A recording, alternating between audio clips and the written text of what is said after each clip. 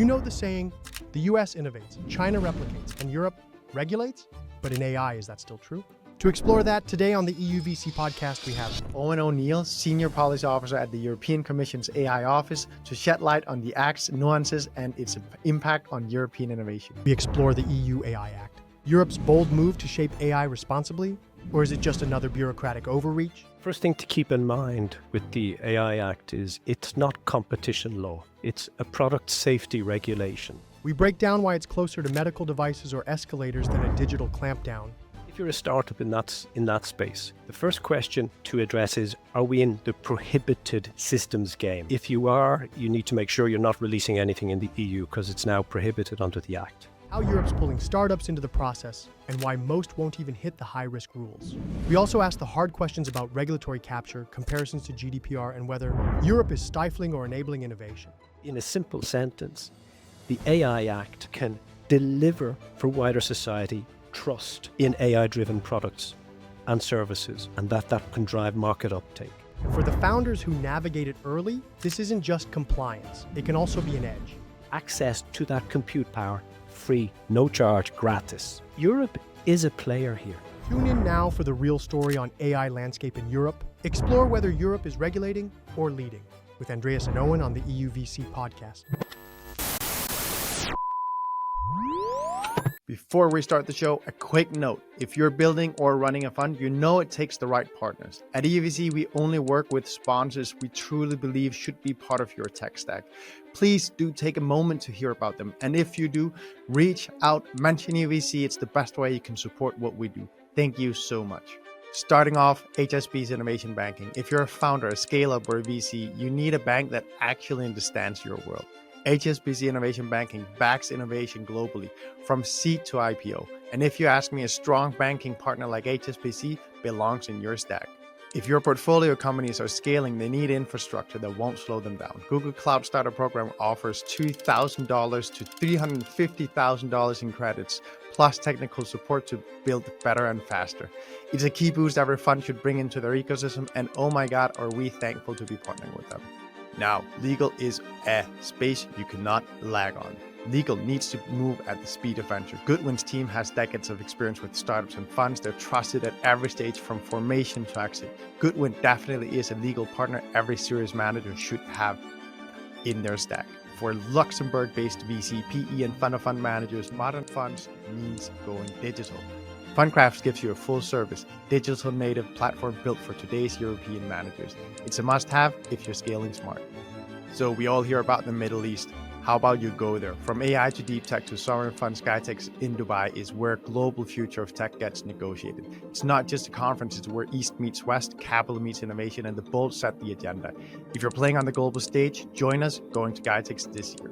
If you're gearing up for your next fundraise and want a placement agent who truly understands emerging managers, reach out to C Funds. They're a boutique placement agency that has helped GPs across Europe raise capital from top-tier LPs. We've been on the other side of the table here. They are actually good ones to work with. So I do urge you to go to cfunds.io to go and check them out.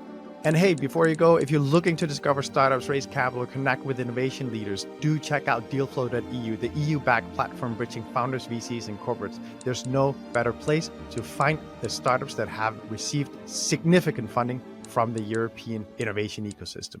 This was their finest hour. Tear down this wall.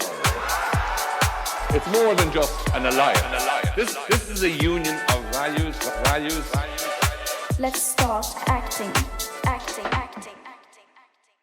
This show is not investment advice, and the hosts of this episode may be invested in the funds and companies featured. Welcome back, everyone, to another episode of the EUVC podcast. As you know, we try and connect and champion European venture, and today we're diving into a topic that's been stirring conversations across the continent. The EU AI Act. With Europe's ambition to lead in trustworthy AI, understanding the implications of this regulation is absolutely crucial for all the startups and investors, as well as the broader ecosystem out there. Joining us is Eoghan O'Neill, Senior Policy Officer at the European Commission's AI Office, to shed light on the Act's nuances and its impact on European innovation. Eoghan, welcome to the pod. Andreas, delighted to be here. Greetings from the austere offices of the AI office here in Brussels. No pool tables, no ping pong tables, no juice bars to distract us from the important work we have to do here. But we do, we do actually get some very nice headphones, as you can see. And I can't see, I don't know if you can see, there's a very nice red trim hidden away there inside the matte black. So we do get some treats to real do treats. our work. I can tell you, I've done podcast episodes with people in more austere places. Places like basements are definitely a go-to for many VCs. So, Owen, let's get into it. Let's start a bit with your background so everyone understands why you landed up at the European Commission working on AI Act. Well, I joined the AI office of the Commission was established almost a year ago to the day, middle of June last year.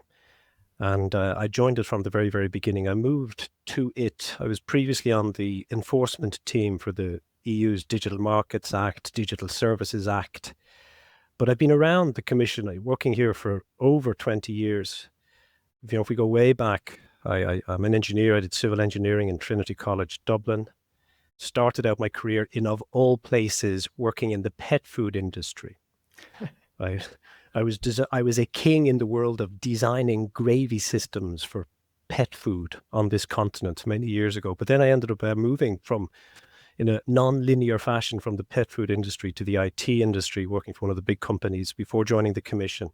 And all of the time in the Commission, I've been working on the digital side. Digital research and innovation programs, innovation policy, then the regulatory side, the DMA, the DSA, and now the AI office, where we're doing, yes, regulatory stuff, but also non-regulatory stuff. But I'm sure we'll get to talk about it. Andreas. Owen, you have done what few have ever done, which is go towards the more sexy space of AI regulation. Not a lot of people go to regulation and end up in a more sexy place than they were before. But I guess designing pet food systems counts as less sexy than regulation.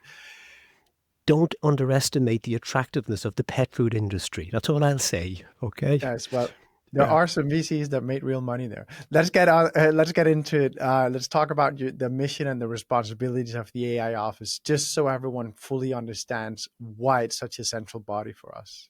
The AI office was set up to bring together a number of different teams we had in the Commission looking at AI, looking at the regulatory side, looking at the funding of research and innovation, looking at the infrastructure side. We had teams involved in the financing and strategies for supercomputing facilities across the EU. All of this was rolled together into the AI office starting a year ago so that we would be working together in terms of driving the AI in Europe, be it in terms of its trustworthiness, its use, and advancing Europe's capabilities here instead of us working in different silos. But yeah, it started 1 year ago. I think everyone understands the importance of AI. Just before we go into the act, let me just give a huge shout out to Thijs at Dealflow EU for connecting us, because he was the guy who said, Andreas, I think you should talk to Owen. So Thijs, if you're out there listening, I hope you are. Thank you so much for this introduction. Now let's go to the AI Act. I'd love to ask you, could you just outline the primary goals of the EU AI Act and how it aims to balance innovation with the regulation? The first thing to keep in mind with the AI Act is it's not competition law. It's a product safety regulation. And product safety regulations are something that are well established in modern developed economies. They underpin some of the marvels of modern living in a modern developed economy. The aviation industry, medical devices, escalators in metro systems, high-speed rail, food production. All of these tech-driven services and products are being used en masse because of product safety regulations. There is trust in these products, in these services. So product safety regulations are a feature, not a bug, of modern developed economies. And they're non-controversial. There's no pushback in these sectors saying these product safety regulations aren't helpful. They're widely accepted. And what the EU has decided audaciously is, well, this proven approach for bringing new cutting-edge, tech-driven products and services, we're actually going to also use that for AI-driven products and services. It worked in other areas, this product safety regulation approach, and that's exactly what we're bringing now in the EU through the AI Act, a product safety regulation for the AI era.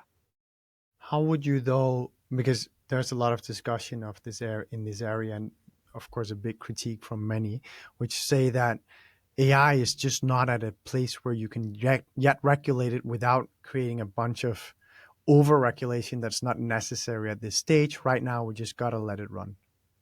Well, let's keep in mind of one thing. AI is now being used at scale by the masses. This is no longer a fringe technology being used on the edge of society by some early adopters. AI is in literally the pocket of almost every citizen in the developed world in some form or another. We're not at the Orville Wright, the early days of the aviation industry back on a beach in Carolina at the beginning of the last century. We're now at a moment where probably the order of 1 billion or more people have access to AI, and the capabilities of AI models and systems continue to grow. And I think it is broadly accepted this is not a zero risk technology, just as flying in an airplane is not a zero risk proposition, or interacting with a medical device, or even an escalator in a metro station.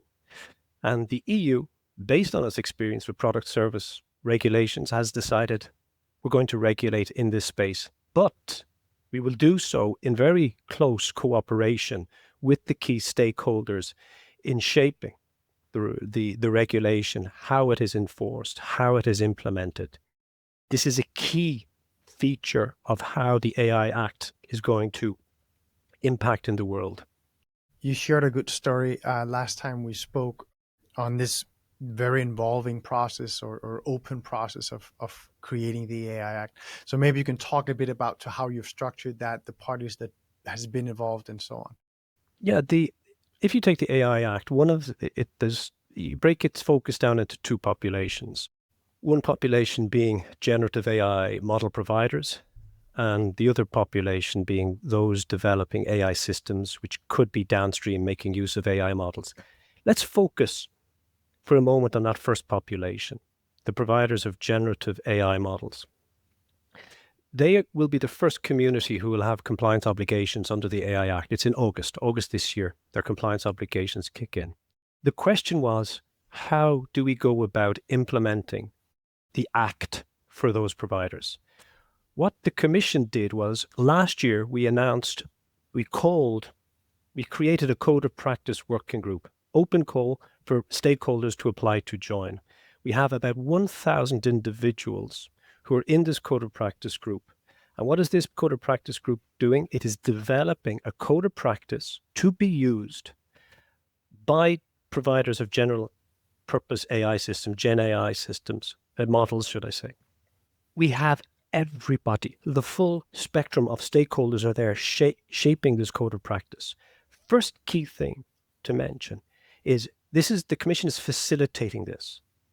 We, my colleagues here, we are not authoring the code of practice. We used our convening powers to bring together the community of stakeholders.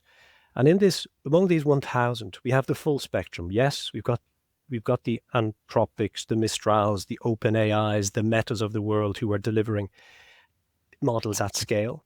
We've also got downstream users of these models, SMEs, startups. We've got academia. We've got global AI safety experts. We've got lawyers. We've got we've got NGOs. We've got civic society representatives, organizations. We've everybody on board. Now, it's broken down into 4 working groups, where the chairs of those working groups are globally reputed, respected figures of consequence who are chairing those 4 working groups.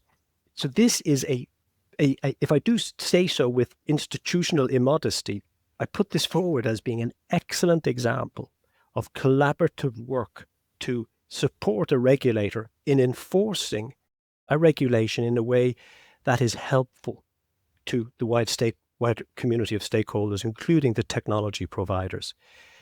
And it's going really well.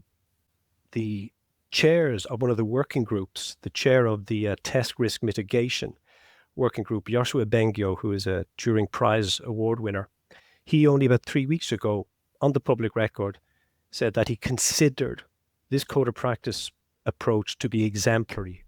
It's bringing in voices from every corner of the community to come up with a code of practice that then can facilitate the Commission in enforcing the AI Act in a way that is helpful to this wide community. And it should be concluding soon. We're expecting probably in July, the fourth and final draft of the code of practice. This is all in the public domain. The previous 3 drafts are out there, accessible to the public, and can see the direction this is taking. The chairs asked the Commission if they could have more time for drafting. We were happy to say, sure, yes, take more time. Let's do our best. Let's help you, give you what you need to try and do as good a job to bring all of these voices on board with a text that can be accepted by the community of 1,000 people.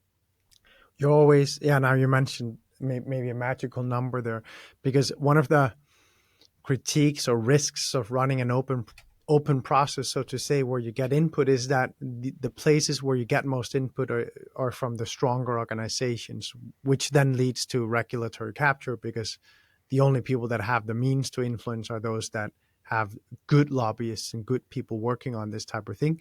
And someone building something in a garage will, by nature, not have their focus there, meaning that startups get squeezed out.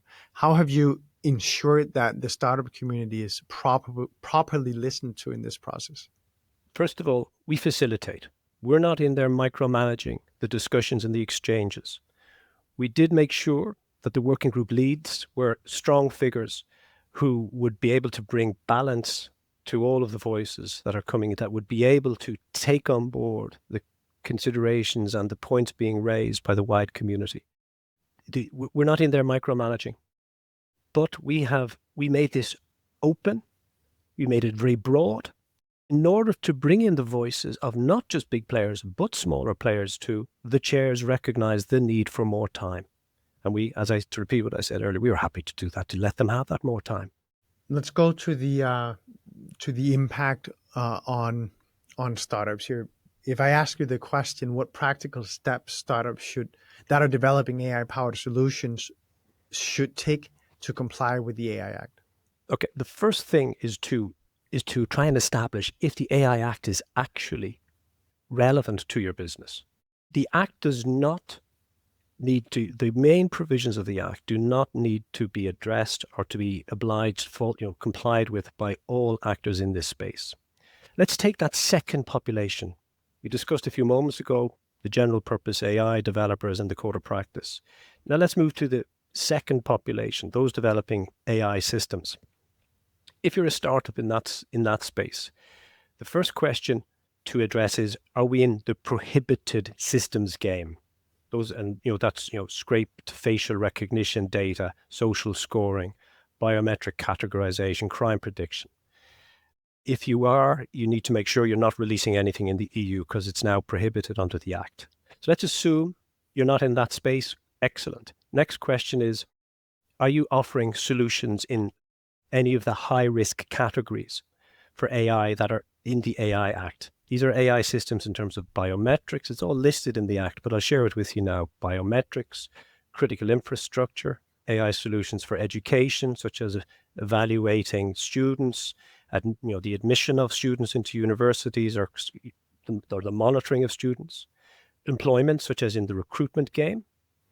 AI for law enforcement is a high risk, as well as AI for migration, asylum, border control management, and finally, AI for the administration of justice. If your offering is in that space, it's still perfectly legal to launch it, acceptable in the EU, but you do have compliance obligations. Those are obligations. Let me just ask you, because you gave an education example there, where you said it was monitoring students or it was the admission process. What if I offer a training or a teaching solution using AI, basically an AI tutor? Would that count as an educational tool that falls under the AI Act? I'm going to dodge your question. I'm not going to preempt Smart. here. All right, but hang on a moment. Yeah. What we do have, and I go back to our Our fundamental approach here with the AI is to be, to be open and to solicit inputs to help us with our enforcement of this. As we sit here talking to each other, we have open at the moment, until I think it is next week, a public consultation on high-risk systems, on how to classify them, seeking from the community of innovators out there examples of AI systems in these areas, and to help us with the possible classification of high-risk systems in these different categories. So we're not just sort of deciding here in our austere offices on our own on what could be classified under these. We're also engaging with the community of innovators. So I don't want to preempt that process. We have the categories.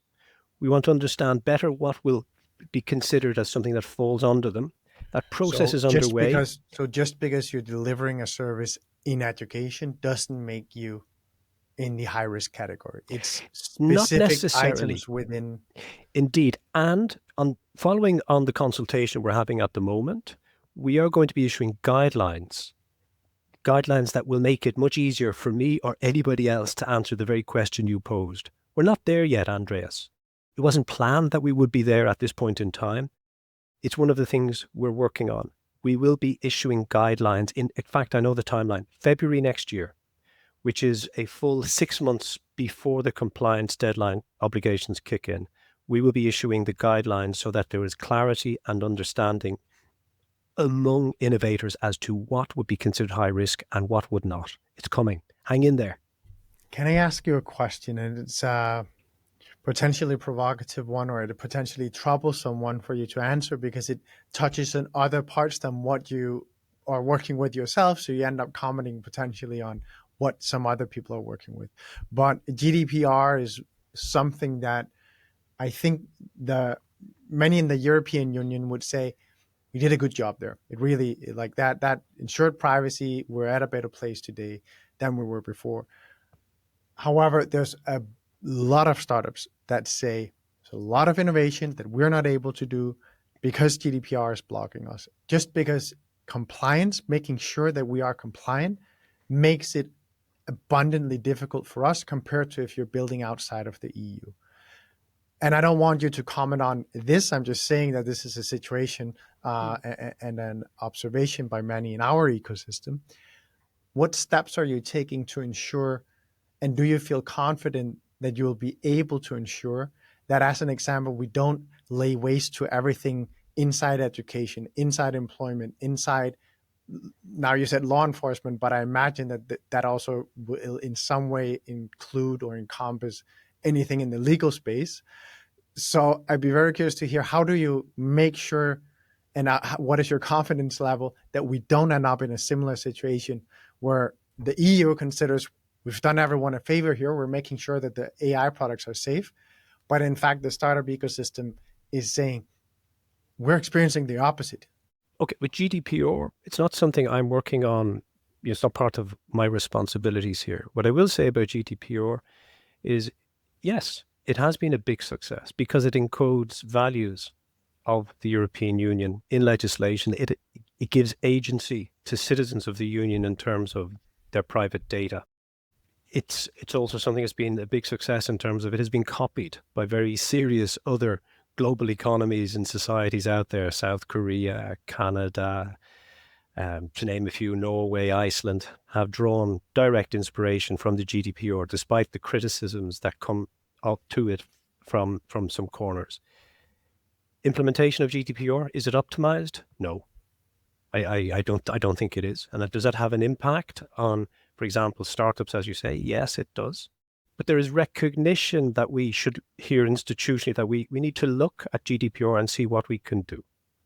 I don't want to preempt where that may lead, but what I do want to reassure you and the listeners is that there is recognition that it also has an impact, not necessarily positive, on some important stakeholders and actors out there.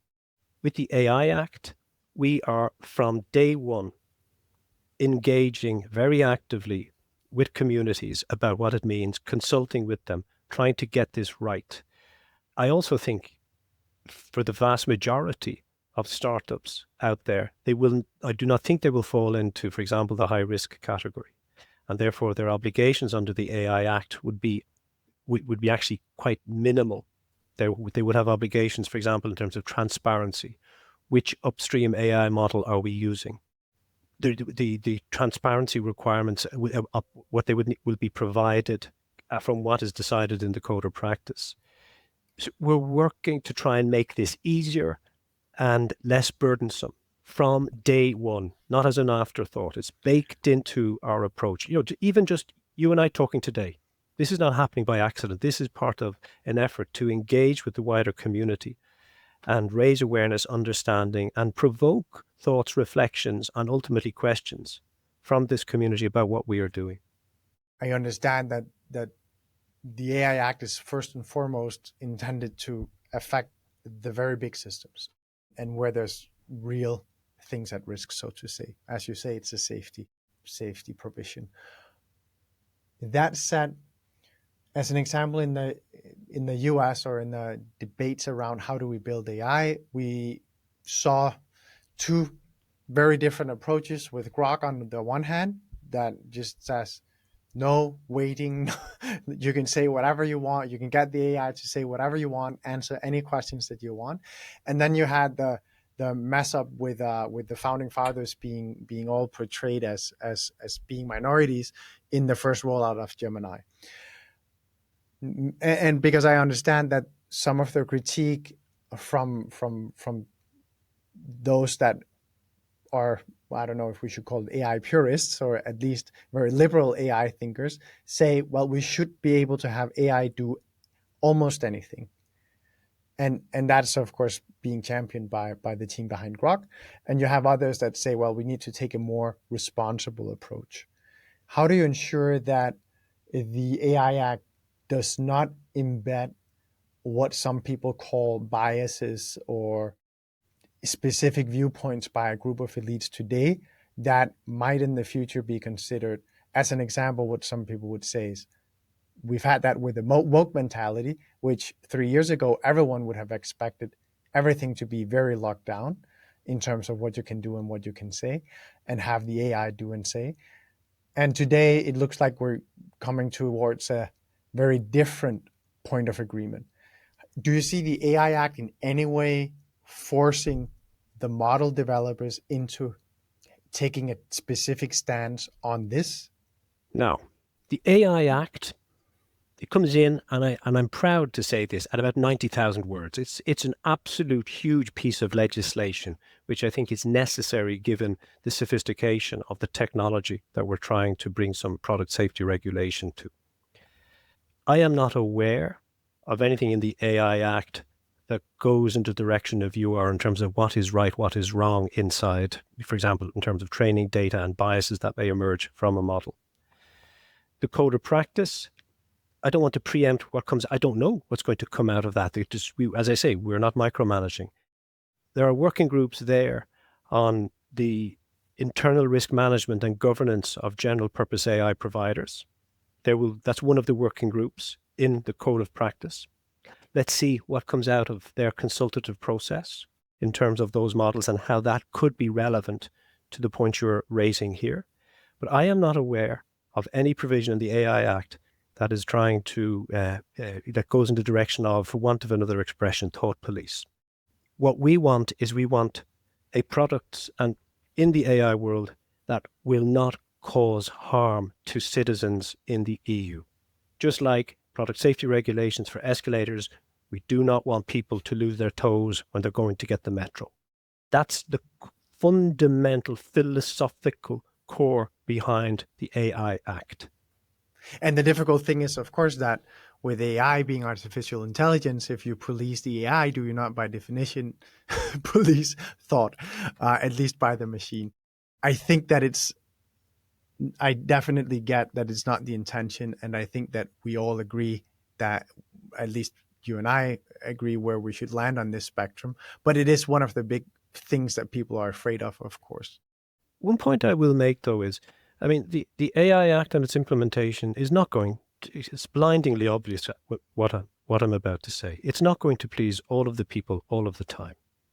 that's the way of the world in terms of legislation and regulations coming out of democratic societies. Is a compromise. It's a compromise from our legislative process. And that's a feature, not a bug, that we managed to get a regulation that is acceptable to almost everybody to some degree. And now we're taking it one step further through the collaborative process of the code of the code of practice to come up with a way to implement this that is going to be satisfying, sufficiently satisfying to most actors. There will always be people who will not be happy. That's the name of the game. It's impossible to get everybody fully on board, but we're doing our very best to get as many voices actively involved in the shaping of what we are doing. I think that we all agree that we have a big European experiment, and not policing and not trying to put in place a good framework for AI is not an option either. So I definitely think that whether you like it or not, we have to regulate it. We have to find a path. And here's one, and it is an open process, I think, by most measures. So I do think that we are on a good path. Let me ask you, how does the AI Act, and that, if you have any views on that, impact the venture space? Do you have any feedback from VCs, any thoughts yourself about how it might impact investment decisions and how investors should be thinking about the Act? First of all, investors, I think, need to be aware of the true nature of the AI Act, that it's not competition law, it's product safety focus. They should also be aware of the timelines. If it's a startup that's not in the generative AI model space, the applications don't start until August next year.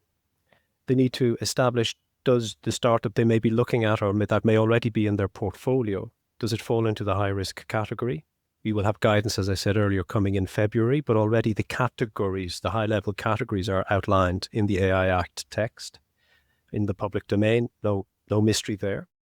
I think another dimension here is, because of its product safety focus, this is the potential to be a market-making regulation.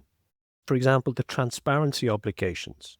I see it like buying a box of cornflakes in the supermarket. When you go to the supermarket, you pick up cornflakes off the shelf. You, as a potential consumer of that product, are empowered by A, what goes into it, the ingredients, and B, the output, the nutritional information nutritional value you will extract from consuming that product. We will also, through the AI Act in the EU, be empowering consumers with a similar concept when interacting with an AI system, in terms of what is feeding into this, so that you can be informed as to, just as you are when you pick up the box of cornflakes. Now, that transparency, that empowering of potential consumers using AI systems can build trust. If there's trust, there can be a willingness to consume and engage economically and pay, be you a company or a citizen, for a system or a service driven by AI. So in a simple sentence, the AI Act can deliver for wider society trust in AI-driven products and services, and that can drive market uptake. Is there a learning in that from what we have seen with the social media platforms? Because it sounds a lot like what you would wish we all had on our X and LinkedIn and Facebook feeds, that we actually knew what's the weighting here. Why am I seeing this? The whole question of transparency, what would be on those labels? If you already want to have an idea, you or your listeners have an idea, it's outlined the thinking and approach that is being proposed in the Code of Practice from the Transparency and Copyright Working Group within the Code of Practice community. So it's already out there in the third draft. So you can get a feeling for the direction of travel for what will be exposed. Final draft, probably in July. And then you can have much more clarity on what is likely to be visible on the side of the AI cornflakes box, if you wish. How far that will go, let's see what the Code of Practice community agrees on in their compromise pursuit, the pursuit of compromise that's happening at the moment. Will everybody be happy with whatever's there? No. They won't. Going back to the point I made earlier. But there will be transparency obligations which will result in information being provided to consumers of these systems in the future here in the EU. And I believe that OpenAI is already working on it, or maybe have even published it already, a good, thorough overview, at least from their perspective, of what goes into the model and why it is weighting the way it is. So yeah, I think that is definitely a best practice. I'd love to ask you a bit about the global context and Europe's position. Are you ready for that part of this conversation? Let's go for it. So the big one, with the US and China advancing rapidly in AI, how does the EU's regulatory approach position us globally? I'll get to the regulatory side, but I think let me talk about the non-regulatory side for a moment.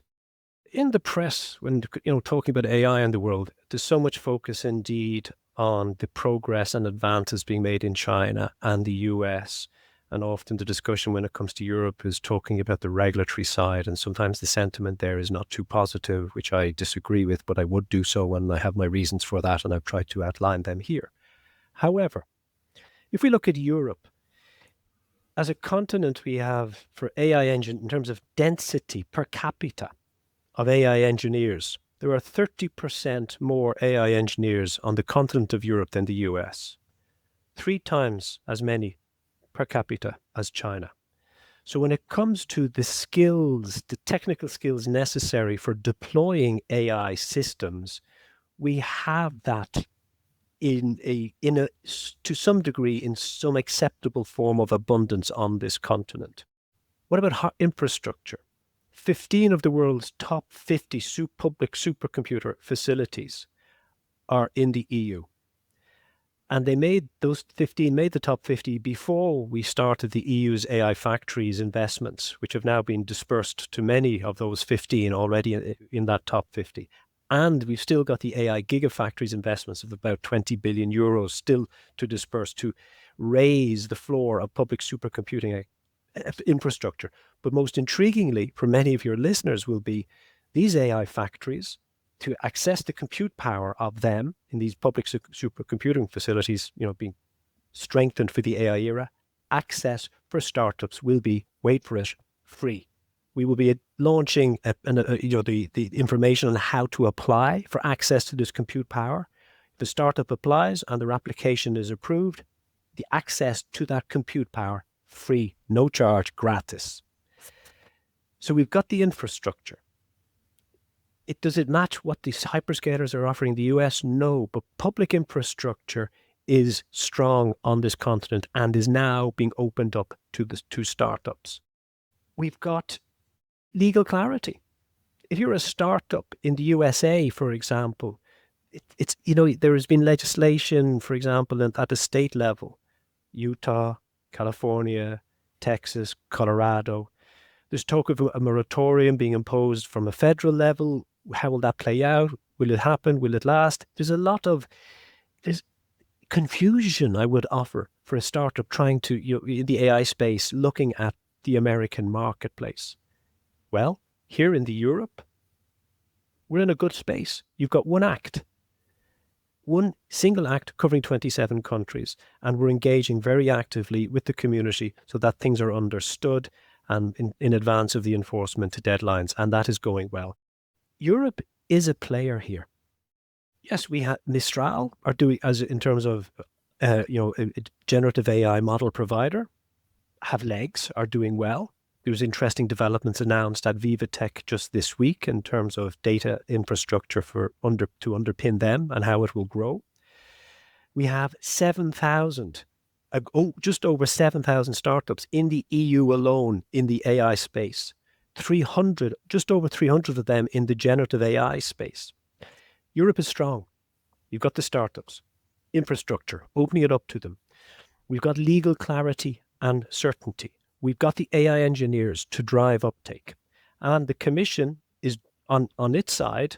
We're also launching in September the Apply AI strategy, which is where for each of the key verticals, industrial verticals on this continent, we're identifying use cases of AI, identifying what barriers are there to scale up those use cases across these verticals, and what action can we for example, policy-wise, take to remove those barriers. So also from an institutional point of view, we are doing what we can to help scale up the use of AI across the verticals. And in September this year, the Apply AI strategy will be published with a suite of actions, having identified the barriers, how we're going to address them. So geopolitically, the point I want to make to you is Europe is strong. Nobody questions the strength of China or the USA in this game. But actually, when you lift the bonnet of Europe and look in with a bit of care and a bit of patience inside what we have, we're not doing so bad for this AI era. On the contrary, we're competitive, I offer. Key thing as well, in terms of uptake of AI, I think is where the game is.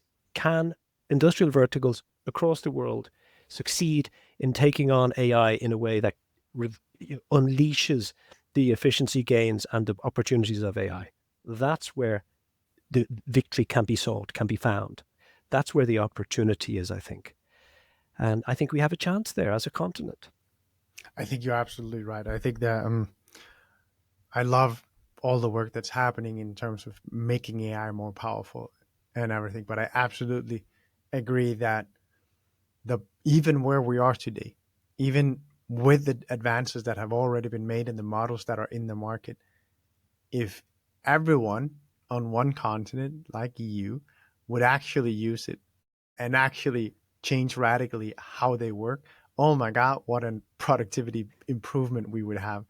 So I think anything that the EU can do, both in terms of education awareness, so to say, but also in terms of removing obstacles, because I am sure there's going to be a ton, because as we just spoke about, and this is one of the places where I think GDPR can truly end up also struggling or keeping us tied down a bit, because it is a big issue. What do you do with the data as soon as something is truly protected? How can you just feed that into the model? Are they allowed to, so on and so forth?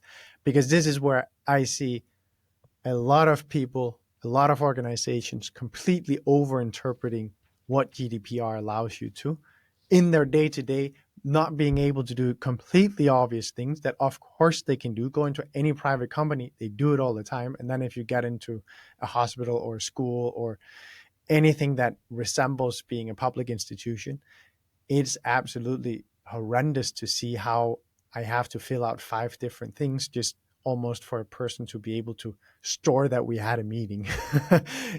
And I am very afraid that as an example will end up making it very difficult to move forward with the application of AI in Europe. And I'm not saying that GDPR necessarily is causing these problems the way that it is written, but the way that it is interpreted, unfortunately, has not been absolutely great.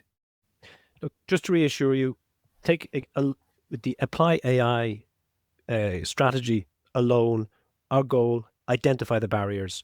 What can we do to overcome them? And let's get moving towards overcoming those barriers. Full recognition on our side, institutionally, that there are barriers. Let's pin them down, find out what they are and how we can address them. Our head is most certainly not stuck in the sand up here. I'm incredibly excited about the work that's happening around applied AI in EU as well, because I think this is where we will truly unlock a lot.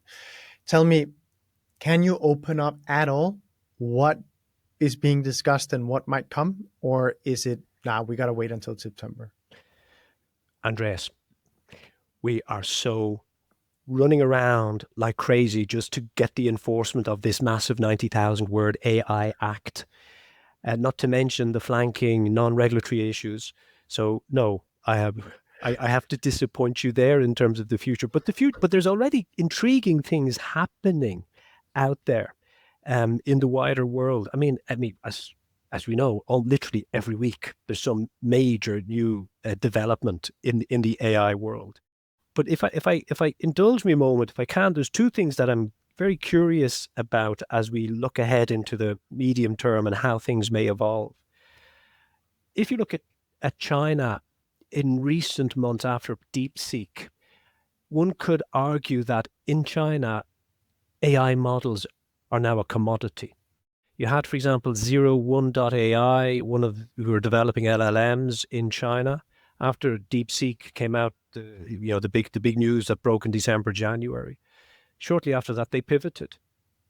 They stopped developing large language models and are now taking DeepSeek off the shelf and customizing it for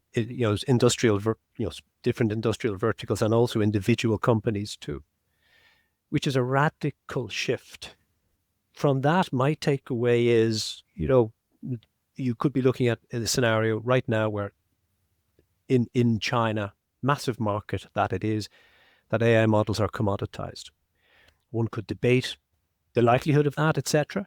But then the question that comes to me, and I don't know how this will play out, and I will be watching very carefully, could that happen in the Western world?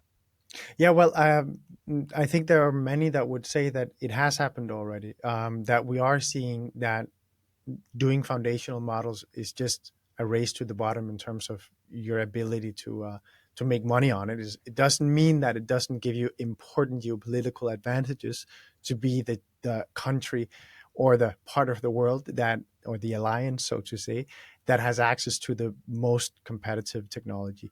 I think where we are right now, there's a pretty wide acceptance or agreement that we have commoditized the big models, so to say. Whether you use ChatGPT or Claude or something else does not really matter that much.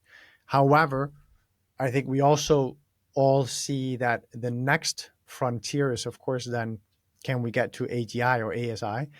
And that is, of course, then where everything potentially completely changes. So that is exactly where I think that the fight is right now. So meaning it's not about who has the strongest model today or tomorrow, but the day after tomorrow. And the other developing scenario, if you wish, that intrigues me is the growing activity of several Gulf states in AI in terms of building out infrastructure and having ambitions in this space. I'm really intrigued as to see how that plays out. One important dimension there is the regulatory side. Will Western companies, will there be a regulatory regime in these countries that will give enough comfort to companies in the Western world to store sensitive, for example, company data on data centers there? It's an intriguing development. I'm curious to see how it all plays out. It's a fascinating time. To me, geopolitically, it makes a ton of sense because for the last hundreds of years, the world has run on oil.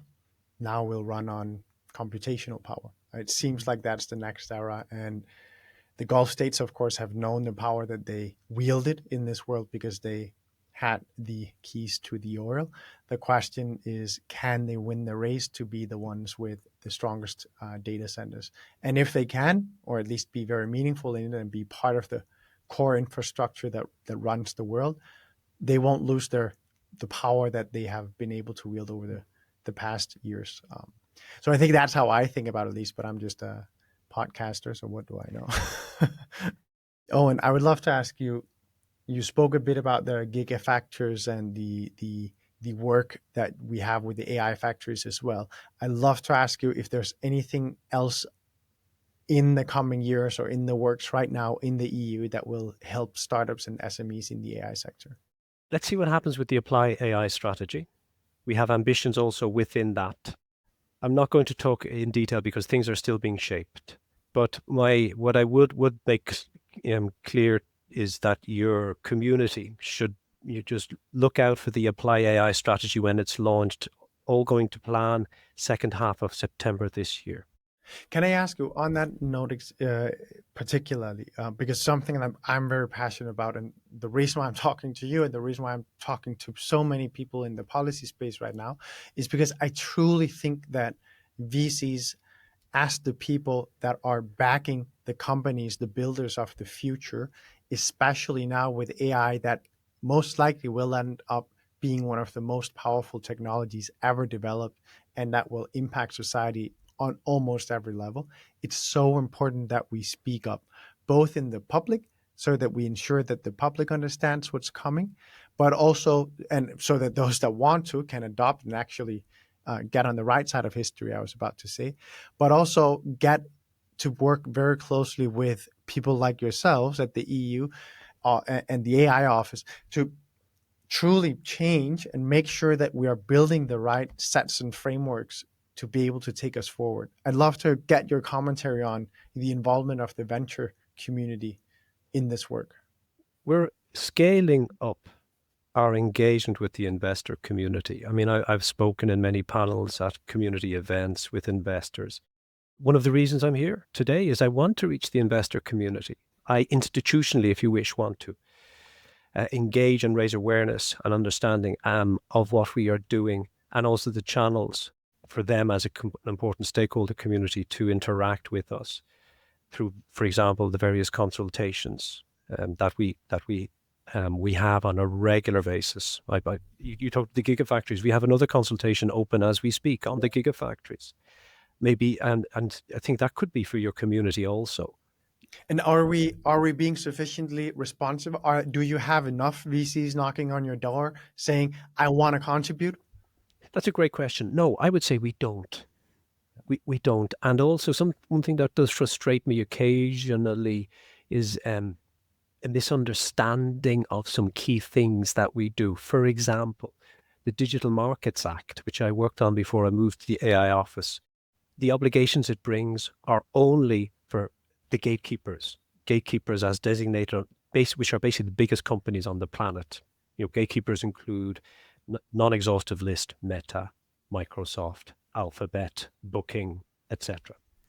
But I have seen, for example, in the Atomico State of the EU report, was it a year or two ago, they did a survey of VCs in terms of, do you think the DMA is a bad thing or a good thing for startups? And it was emphatically a bad thing. Not a single startup has a single obligation under the DMA. So there was even, I just share that anecdotally as an example of an unfortunate misunderstanding of a key regulatory initiative of the EU for the digital space. On the contrary, the DMA creates opportunities for startups. So back to your question, I think we can have more engagement with the VC community. I think maybe they could, for example, could work in both directions. They could invite the Commission to more of their events more systematically to share an update with, be it from a panel, a keynote, Chatham Rules event, whatever, about what is happening. We would gladly engage as we have, and we will continue to try and scale up, but let it be a two-way street. We will try and reach out. I'm happy, to be here with you today and reach by extension the community listening in from the VC world and the investor world, but equally don't hesitate to also engage with us and bring us to your events and let it be a two-way street. I completely agree, Owen. So I won't necessarily comment on the DMA and whether it's a good or a bad thing and whether European VCs understood that. But what I can say is that the European venture community is incredibly plugged into the US venture community. And in the US, very clearly, some very big misunderstandings around how Europe works and the primacy or the role of European regulation and the EU absolutely exists. And on top of that, since a couple of years ago, we've had a stronger and stronger alliance between the people with the biggest mics and a person that is sitting on top of the empire, deciding that he does not like the EU and he does not like Europe. And for that reason, we have only seen a massive increase in what I would say either is propaganda or misinformation or just misunderstandings targeted at how Europe works, what Europe is, what the European narrative is. And that is something that, unfortunately, too many parts of the European venture community, including founders, hear from the US talking heads instead of our own media, our own leading VCs, and also you guys, because they hear it much more often and in a much more impactful and powerful way from the talking heads on the US podcasts compared to from a well worked out essay by you or the many podcasts that we do here on EUVC. So unfortunately, we are in a state of affairs where we have too many eating directly out of someone else's terribly dressed up soup. All I can say is on our side, there is a strong desire to engage, inform, and on the basis of verified in the public domain facts. I've tried to cover some of them today, but in a simple nutshell, my key message to you, to the listeners, is when it comes to AI, Europe is not in a bad space. On the contrary, we have many things going in our favor, and they can also lead to opportunities, be it for startups and investors. And to embrace what we have, to take the AI Act in terms of the transparency and the trust it can trigger, and see it as a strategic benefit. For example, when building a portfolio or building a company. Yes, it's imperfect. Yes, there are things that could be improved in it, but it's fit for purpose. It's happening. And we are thoroughly behind it here to make sure it happens in close consultation with the key actors. And that is a characteristic that will not stop once the code of practice work is finished. We will continue with that approach throughout our enforcement of the AI Act.